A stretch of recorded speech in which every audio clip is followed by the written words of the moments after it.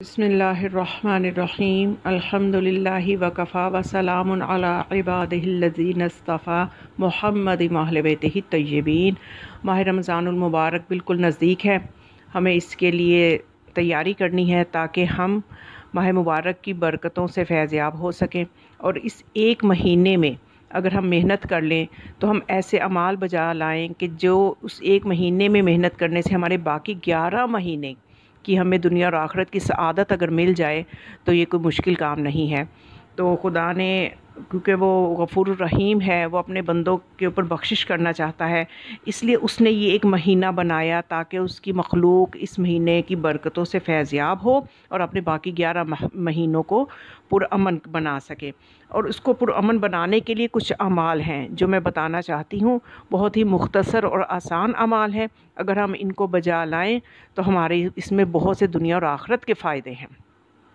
کچھ اعمال ہیں جو چاند کو دیکھ کے کرنے ہیں، کچھ اعمال ہیں جو شب میں کرنے ہیں، اور کچھ اعمال ہیں جو اس دن کی ماہ مبارک کی پہلے روز کرنے ہیں، روز اول کرنے ہیں۔ تو پہلے میں ماہ رمضان کی چاند دیکھنے کے بارے میں بتاؤں کہ چاند کو دیکھنے کی کوشش کرنی چاہیے، اور اس خاص طور پہ اس مہینے کے چاند کے بارے میں آیا ہے کہ اس کو دیکھنے اگر نظر نہیں بھی آتا تو آپ کوشش ضرور کریں، آپ کو اس کوشش کا ہی انشاءاللہ اجر و ثواب جو ہے وہ مل جائے گا۔ بلکہ بعض علماء نے تو ماہ رمضان کے چاند کو دیکھنا واجب قرار دیا ہے، تو اس لیے اس کام میں سستی نہ کریں، یقیناً اس میں بھی ہمارا کوئی بہت بڑا فائدہ ہے کہ جس کام کو واجب قرار دیا جاتا ہے اس میں انسان کا فائدہ ہوتا ہے۔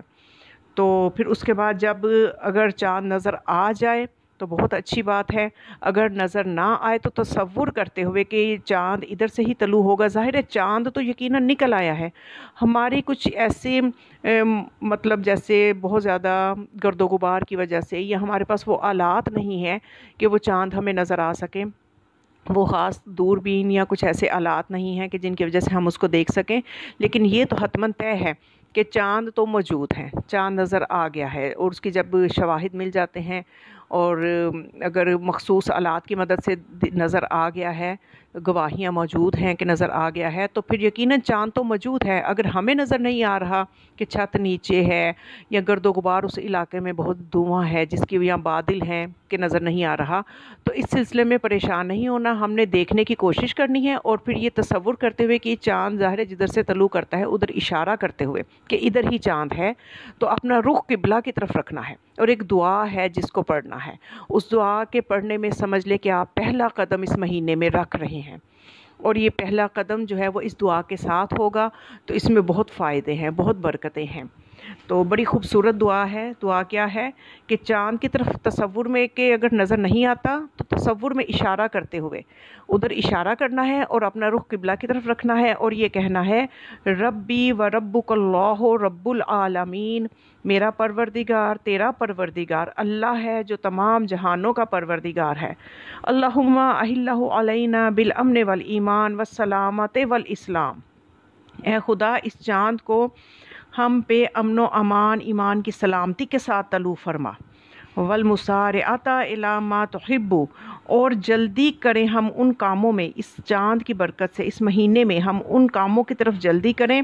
کہ جن کو تو پسند کرتا ہے، و ترضا، اور جن سے تو راضی ہے، اللہم بارک لنا فی شہرنا ھذا، اے خدا اس چاند کو ہمارے لیے بابرکت قرار دے دے، وارزقنا خیرہ وعونہ، اور ہمیں ہمارے لیے اس میں برکت نازل فرما اور خیر و بھلائی سے ہمیں ہمکنار کر دے، واصرف عنا ضرہ وشرہ وبلاءہ وفتنتہ، اور اس مہینے میں ہمیں نقصان، تکلیف، مصیبت اور آزمائش سے دور رکھ۔ تو ویسے بھی اس ماہ کے حوالے سے جب ایک شخص نے رسول خدا صلی اللہ علیہ وآلہ وسلم سے پوچھا تھا کہ اس مہینے میں کون سا عمل ہے جو کرنا چاہیے، تو آپ نے فرمایا تھا کہ اس مہینے میں خدا سے زیادہ طلب عافیت کرو، عافیت کی دعا ماہ رمضان میں زیادہ مانگو، تو یہ عافیت کے ساتھ ہی ہم اس مہینے میں قدم رکھیں گے۔ اس کے بعد کیا کرنا ہے کہ جب چاند کے اعمال میں سے ہی یہ ہے کہ جب چاند پہ نظر پڑ جائے،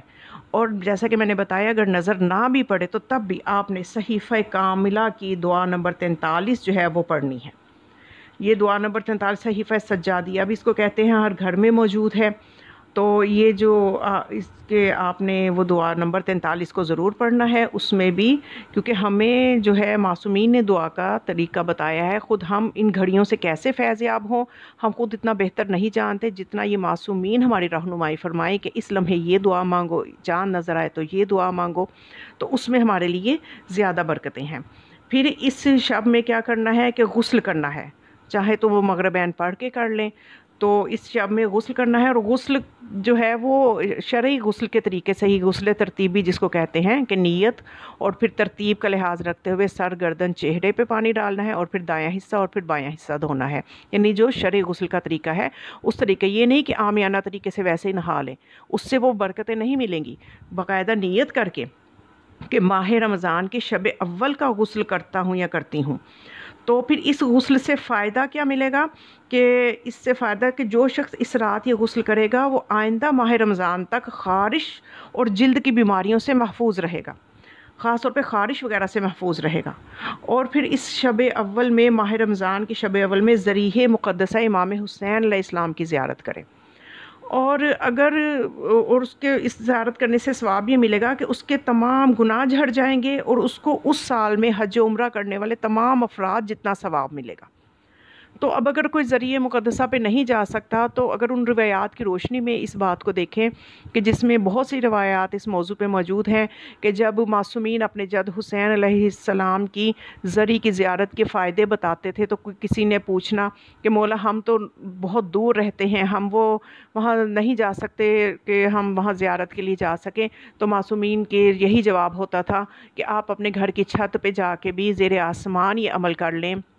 یہ زیارت پڑھ لیں، تو آپ کو وہی ثواب مل جائے گا جو وہاں جا کے پڑھنے والے کے لیے ہے. تو اس قسم کی روایات موجود ہیں. تو ان روایات کی روشنی میں ہم اس بات کو دیکھیں تو اگر ہم گھر کے صحن میں یا گھر کی چھت پہ جا کے بھی اگر زیارت امام حسین علیہ السلام پڑھ لیں تو ہمیں بھی یقیناً انشاءاللہ وہ ثواب کی امید ہے ملے گا، کہ جو کہ کتنا بڑا ثواب ہے کہ تمام گناہ جڑ جائیں گے، اور اس سال جتنے افراد حج و عمرہ کریں گے ان افراد جتنا ثواب مل جائے گا.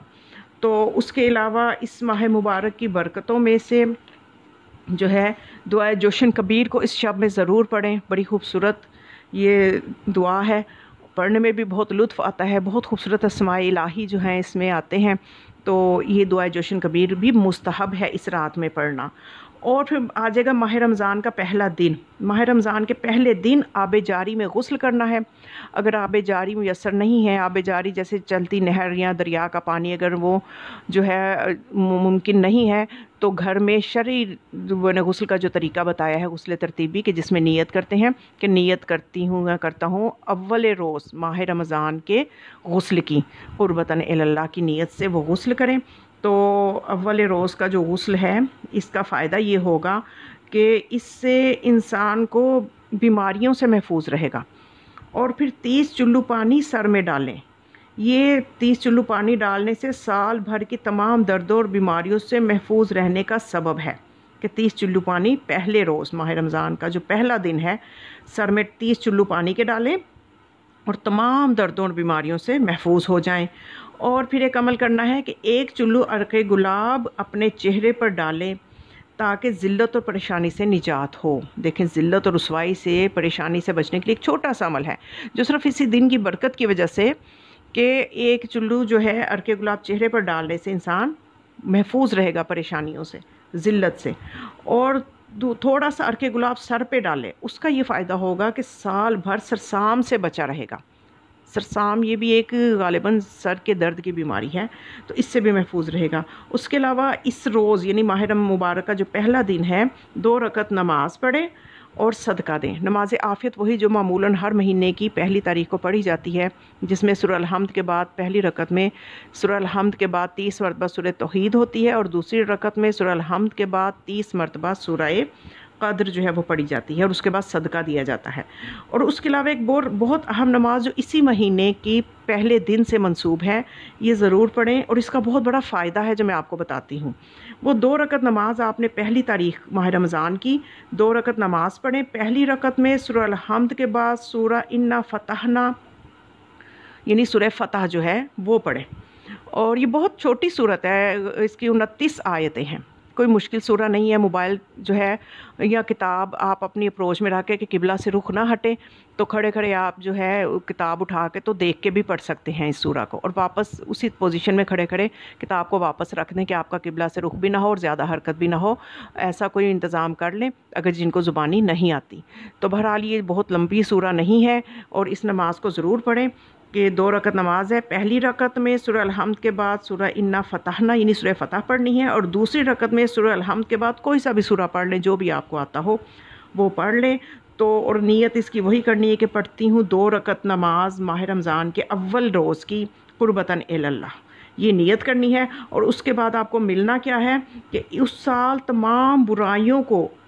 اللہ تعالیٰ اس سال تمام برائیوں کو اس سے دور رکھے گا اور آخری سال تک اس کی حفاظت خود کرے گا. یعنی انسان اللہ کی حفاظت میں چلا جائے گا پورے سال کے لیے. تو اور اس کے علاوہ پھر ایک اور عمل کریں کہ صحیفہ کاملہ کی 44ویں دعا 44 نمبر دعا جو ہے وہ آج کے دن میں پڑھیں. اگر شب میں نہیں پڑھی تو دن میں پڑھیں. چاند دیکھے تو 43ویں پڑھنی ہے لیکن شب میں 44ویں پڑھنی ہے, اور اگر شب میں نہیں پڑھی تو دن میں پڑھ لیں. صحیفہ کاملہ کی دعا نمبر 44 اس کو پڑھیں. تو یہ وہ اقدامات ہیں جن کو اگر ہم بجا لائیں تو ہم انشاءاللہ خیر و عافیت کے ساتھ اس مہینے میں قدم رکھیں گے, اور اس کی جو دیگر اس مہینے کے اعمال ہیں ان کی بھی خدا ہمیں توفیقات دے گا. جب ہم آغاز اس کی مرضی کے مطابق اتنا خوبصورت کریں گے تو انشاءاللہ ہمیں خدا مزید توفیقات بھی دے گا. اور دعا میں مجھے بھی یاد رکھیے گا, اور اس پیغام کو زیادہ سے زیادہ شیئر کریں. اس ویڈیو کو جتنا نیکی کا پیغام پھیلے گا آپ کا بھی حصہ ہوتا جائے گا. خود بھی جو نئے ہیں میرے چینل پہ وہ سبسکرائب کریں چینل کو, تاکہ اس نیکی کے کام میں سب کا حصہ ہو جائے اور سب ان اعمال کو بجا لائیں. والسلام علیکم ورحمۃ اللہ وبرکاتہ.